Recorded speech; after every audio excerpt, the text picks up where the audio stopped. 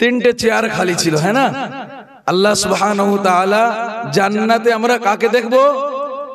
আল্লাহকে দেখবো। কাকে দেখবো জান্নাতে গিয়ে? আল্লাহকে দেখবো। বলছিলাম জান্নাতবাসীরা যখন জান্নাতের মধ্যে নিয়ামতে মশগুল থাকবে, আল্লাহ তাআলার পক্ষ থেকে আওয়াজ আসবে, কদ ওয়াজাদনা মা ওয়া'দানা রাব্বুনা হাক্কা ফাহাল ওয়াজাদতুম মা ওয়া'দা রাব্বুকুম হাক্কা। আল্লাহ সুবহানাহু ওয়া তাআলার পক্ষ থেকে আওয়াজ আসবে, ও আমার জান্নাতবাসীরা, ও আমার জান্নাতবাসীরা, দুনিয়াতে যে সমস্ত নিয়ামতের ওয়াদা করেছিলাম তোমরা কি জান্নাতে এসে ওই সমস্ত নিয়ামত পেয়েছো? আল্লাহ তাআলা জান্নাতবাসীদেরকে জিজ্ঞাসা করবে, তোমাদেরকে দুনিয়ার মধ্যে যেসব নিয়ামতের আমি ওয়াদা করেছিলাম জান্নাতে এসে কি ওই সব নিয়ামত পেয়েছো? তো এক দল বলবে হ্যাঁ, আরেক দল বলবে না। শর্টকাট, সময় খুব অল্প। তো ওই যে দল বলবে না ওই দল হবে আলেম ওলামারা, ওরা বলবে না। আল্লাহ বলবে তাহলে কি নিয়ামত বাকি রয়েছে জান্নাতে এসে, এমন কোন নিয়ামত বাকি রয়েছে? উলামায়ে কেরাম বলবে আল্লাহ রাব্বুল আলামিন, আমরা দুনিয়ার বুকে হাদিস পড়েছি, আমরা দুনিয়ার বুকে হাদিস শুনেছি, আল্লাহর রাসূল সাল্লাল্লাহু আলাইহি ওয়াসাল্লাম নক্ষত্রের ন্যায় সাহাবাদেরকে বলেছিলেন, ও আমার সাহাবারা, ও আমার সাহাবারা, পূর্ণিমার চাঁদ দেখতে কি তোমাদের কোনো অসুবিধা হয়? সাহাবারা বলেছিলেন লা ইয়া রাসূলুল্লাহ, আল্লাহর রাসূল সাল্লাল্লাহু আলাইহি ওয়াসাল্লাম পূর্ণিমার চাঁদ দেখতে আমাদের কোনো অসুবিধা হয়নি। আল্লাহর রাসূল সাল্লাল্লাহু আলাইহি ওয়াসাল্লাম বলেছিলেন লা তুযাম্মুনা ফি রু'য়াতিহি সাতারাউনা রাব্বাকুম কামা তারাউনা হাযাল কমার ফি লাইলাতিল বদর। ও আমার সাহাবারা, ও আমার সাহাবারা, যেরকম পূর্ণিমার চাঁদ দেখতে তোমাদের কোনো অসুবিধা হয়নি, ওই রকম জান্নাতে গিয়ে তোমার রবের দিদার হবে, কোনো অসুবিধা হবে না। জোরে বলি সুবহানাল্লাহ। আল্লাহ সুবহানাহু ওয়া তাআলা তখন নিজের রহমতে, নিজের নূরের একটু পাওয়ার দেবে জান্নাতবাসীদেরকে, জান্নাতবাসীরা সহ্য করতে পারবে না। তো আল্লাহ সুবহানাহু ওয়া তাআলা মসজিদ নামক এক মাঠে দাওয়াত দেবে, কি জন্য? বান্দারা আল্লাহকে দেখবে। এবং মসজিদ নামক মাঠ কত বড় কালকের ওখানে বলে দিয়েছিলাম। সুতরাং আল্লাহ সুবহানাহু ওয়া তাআলা হুর গিলমানদেরকে বলবে আমার একটা জান্নাতীদের জন্য রাজ সিংহাসন তৈরি করো। তো আল্লাহ মহান, আল্লাহ কত বড়। তো আল্লাহ যে রাজ সিংহাসন করবে, আল্লাহর রাজ সিংহাসন বহুত বড় হবে। সুতরাং সমস্ত জান্নাতবাসীরা রাজ সিংহাসনে বসে পড়বে মসজিদ নামক মাঠে, এবং দেখবে সামনে বড় বড় আম্বিয়া, বড় বড় সাহাবা, বড় বড় রাসূল, বড় বড় ওলি, বড় বড় আল্লাহর বড় বড় খাস বান্দারা বসে আছে। কোথায়? মসজিদ নামক মাঠে সমস্ত জান্নাতবাসীরা বসে থাকবে আপন আপন রাজ সিংহাসনে, এবং সামনে দেখবে বড় বড় সাহাবারা, বড় বড় রাসূলরা বসে আছে, কিন্তু তিনটে চেয়ার খালি। কালকে এই পর্যন্ত ছাড়ছিলাম, হ্যাঁ না? তিনটে চেয়ার খালি থাকবে। তো দেখবে জান্নাতবাসীরা, আরে তিনটে চেয়ার কার জন্য খালি? সমস্ত নবী বসে আছে, সমস্ত সাহাবারা, তিনটে চেয়ার খালি কার? মুহতারাম হাজিরিন, এলান হবে বিশেষ অতিথির আগমন। ওই তিনটে চেয়ারের প্রথম অতিথির আগমন কে আসবে? অন্য কোন নয়, আল্লাহ রাব্বুল আলামিনের পয়গম্বর হযরতে দাউদ আলাইহিস সালাতু ওয়াস সালাম। যারা বলে সুবহানাল্লাহ। তিনটে চেয়ারের মধ্যে বিশেষ অতিথি আসবে কে? হযরতে দাউদ আলাইহিস সালাম। তারপরে আবার এলান হতে থাকবে দুটো চেয়ার খালি আছে। দ্বিতীয় নম্বর চেয়ারের জন্য এলান হবে প্রধান অতিথির আগমন। কে আসবে?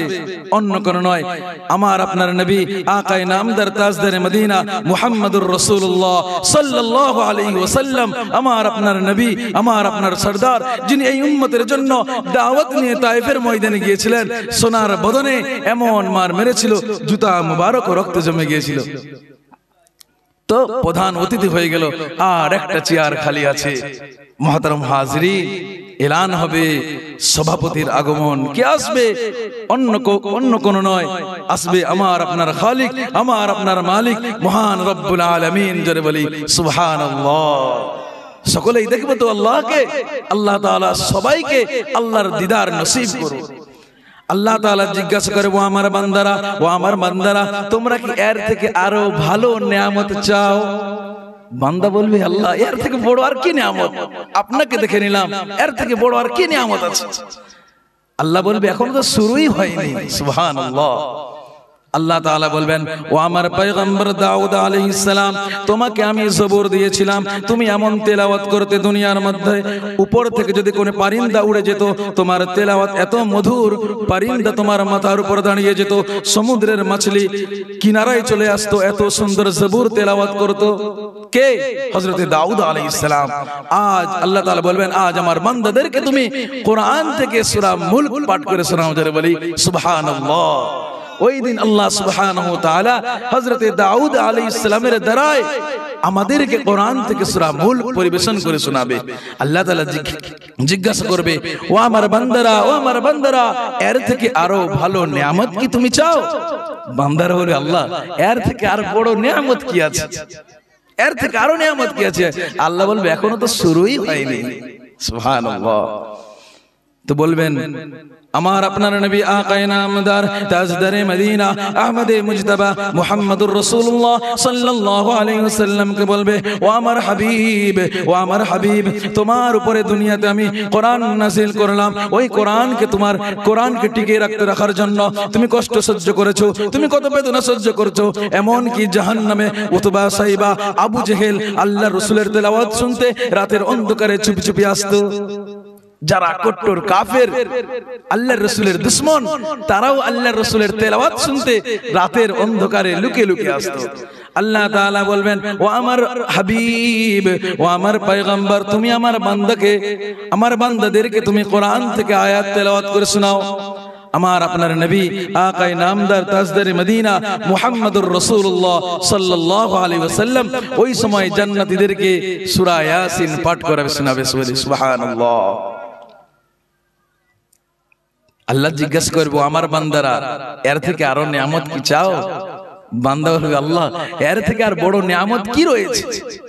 এর থেকে আরো বড় কি নিয়ামত কি রয়েছে? আল্লাহ বলবেন, এখনো তো শুরুই হয়নি। মুহতারাম হাজিরিন, ওই দিন যেদিন সমস্ত জান্নাতবাসী আল্লাহ তাআলাকে দেখবেন, ওই দিন আল্লাহ তাআলা নিজেই কোরআন পাঠ করে শোনাবে, বলি সুবহানাল্লাহ। আল্লাহ তাআলা ওই দিন পাঠ করে শোনাবে, আর রহমান আল্লামাল কুরআন খালাকাল ইনসান আল্লামাহুল বায়ান। ওই দিন আল্লাহ তাআলা জান্নাতীদেরকে নিজেই সূরা রহমান পাঠ করে শোনাবে। তো সকলেই জান্নাতে যাওয়ার ইচ্ছা আছে তো, আশা আছে তো? তো ওই রকম জান্নাতে যাওয়ার কাজ করতে হবে, হ্যাঁ না ভাই? জান্নাতে যাওয়ার কাজ করতে হবে। জান্নাতে যাওয়ার কি? আল্লাহ রাসূল সাল্লাল্লাহু আলাইহি ওয়াসাল্লাম বলছেন, মিফতাহুস সালাহ আল জান্নাহ, জান্নাতের চাবি কি? নামাজ। জান্নাতের চাবিকাঠি কি? নামাজ, এবং নামাজের চাবিকাঠি ওযু। এজন্য মেরে মুহতারাম দোস্ত বুজুর্গ, আল্লাহ তাআলা এত বড় জান্নাত দিয়েছেন, এত বড় জান্নাত বানিয়েছে কিসের জন্য? আমার আপনার জন্য। যদি সারা দুনিয়ার মানুষ মিলে আল্লাহ তাআলার ইবাদতে লেগে যায়, বিন্দু মাত্র আল্লাহ তাআলার মর্যাদা বাড়বে না। এবং সারা বিশ্বের মানুষ যদি মিলে আল্লাহ তাআলার নাফরমানি করে, তাও আল্লাহ তাআলার কোন মর্যাদা এক বিন্দু মাত্র কমবে না। তাহলে বোঝা গেল, আমরা যদি ভালো কাজ করি আমাদের লাভ, আর আমরা যদি খারাপ কাজ করি আমাদেরই লস। সুতরাং আল্লাহর রাসূল সাল্লাল্লাহু আলাইহি ওয়াসাল্লাম এই ধরনের বুকে যখন আল্লাহর রাসূল সাল্লাল্লাহু আলাইহি ওয়াসাল্লামকে পাঠানো হয়েছিল, মানুষ এমন ভাবে বসবাস করত, মানুষকে মানুষ বলে ভাবতো না। নারী জাতির ছিল না কোনো মর্যাদা। মেয়ে সন্তান হলে অশুভ মনে করত, ঘরের অন্ধকারে জ্যান্ত ফুটে আসতো। ঠিক তেমনি এক মুহূর্তে অশান্তি দূর করতে, নিপীড়িত নির্যাতিত পথদলিত দুর্বল মানুষের অভিভাবক ও ভ্রান্ত প্রতীকের দিশারি হয়ে জনাবে মুহাম্মদুর রাসূলুল্লাহ সাল্লাল্লাহু আলাইহি ওয়াসাল্লাম এই ধরনের বুকে আবির্ভাব হলেন। মাত্র 63 বছর জীবন আদর্শে যা মনোরম আদর্শ থিওরি মানব সমাজকে উপহার দিলেন, যা হিন্দু, মুসলিম, ইহুদি, খ্রিস্টান, শিখ, পারসি, শিশু, যুবক, কৃষক, রাখাল প্রত্যেকের প্রযোজ্য প্রকৃত আদর্শ যাকে বলে, তার নাম হলো হুজুরে আকরাম সাল্লাল্লাহু আলাইহি ওয়াসাল্লাম। আল্লাহ রাসূলের আদর্শ এমন কি আজ তো কোনো বিবি নিজের স্বামীর প্রশংসা করতে চায় না। চাই কি? যত ভালো কাজ করো তুমি, যত ভালো কাজ করো তুমি, বিবির কাছে যে কোনো একটা বাহানা ধরবে দেখুন আমার আল্লাহ রাসূল সাল্লাল্লাহু আলাইহি ওয়াসাল্লামের প্রথম স্ত্রী হযরতে খাদিজা রাদিয়াল্লাহু তাআলা আনহার বয়ানে আল্লাহ রাসূল সাল্লাল্লাহু আলাইহি ওয়াসাল্লাম যখন হযরতে জিবরিল আলাইহিস সালামের সঙ্গে প্রথম সাক্ষাৎ করেন, আল্লাহ রাসূল সাল্লাল্লাহু আলাইহি ওয়াসাল্লাম ভয়ে ভীত হয়ে খাদিজা রাদিয়াল্লাহু তাআলা আনহাকে কম্বল চাপাতে বললেন। আল্লাহ রাসূল যখন হযরতে জিবরিল আলাইহিস সালামের সঙ্গে প্রথম সাক্ষাৎ করেন, ভয়ে ভীত হয়ে ভয় খেয়ে গেছে এবং খাদিজাকে এসে বলছে, খাদিজা আমার প্রচুর ভয় লাগছে, আমাকে কম্বল চাপাও। হযরতে খাদিজা রাদিয়াল্লাহু তাআলা আনহা হুজুরের প্রশংসা করতে গিয়ে বলেন, ইন্নাকা লা তাসিলুর রহিম ওয়া তাহমিলুল কাল ওয়া তাকসিবুল মা'দুম ওয়া তুকরিউজ যায়ফা ওয়া তুঈনু আলা নওয়াইবিল হক।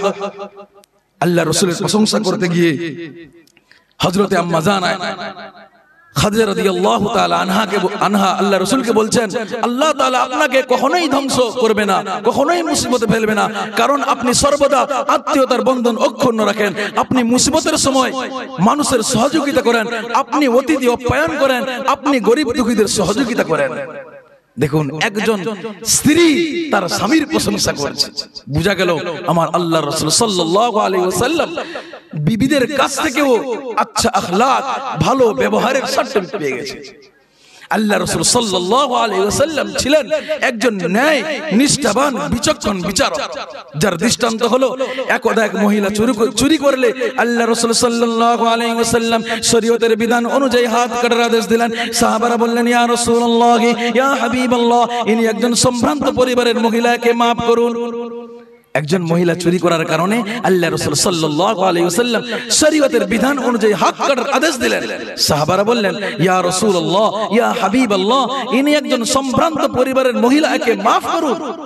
উত্তরে হুজুর সাল্লাল্লাহু আলাইহি ওয়াসাল্লাম বলছেন, এই দোষের দোষী যদি আমার কলিজার টুকরা মা ফাতেমা হতো, একই ফয়সালা দিতাম। বলি সুবহানাল্লাহ। আজ আমার আপনার বিচার কেমন? আজ আমি একটা পদে বসেছি, যদি আমার কোনো নিজের রিশতেদার, যদি আমার কোনো আত্মীয়তার বিচার আমার কাছে আসে, তো আমি ন্যায় বিচার করি না ওদিক থেকে মাল্লাই এদিক থেকে হড়কে দেয়? না মেরে মুহতারাম দোস্ত বুজুর্গ, আমার নবী, আপনার নবী জনাবে মুহাম্মদুর রাসূলুল্লাহ সাল্লাল্লাহু আলাইহি ওয়াসাল্লাম ছিলেন একজন ন্যায় নিষ্ঠাবান বিচক্ষণ বিচারক। ওই রকম নবীর আদর্শে আদর্শবান হতে হবে। আল্লাহ তাআলা আমাদের প্রত্যেককে ওই নবীর আদর্শে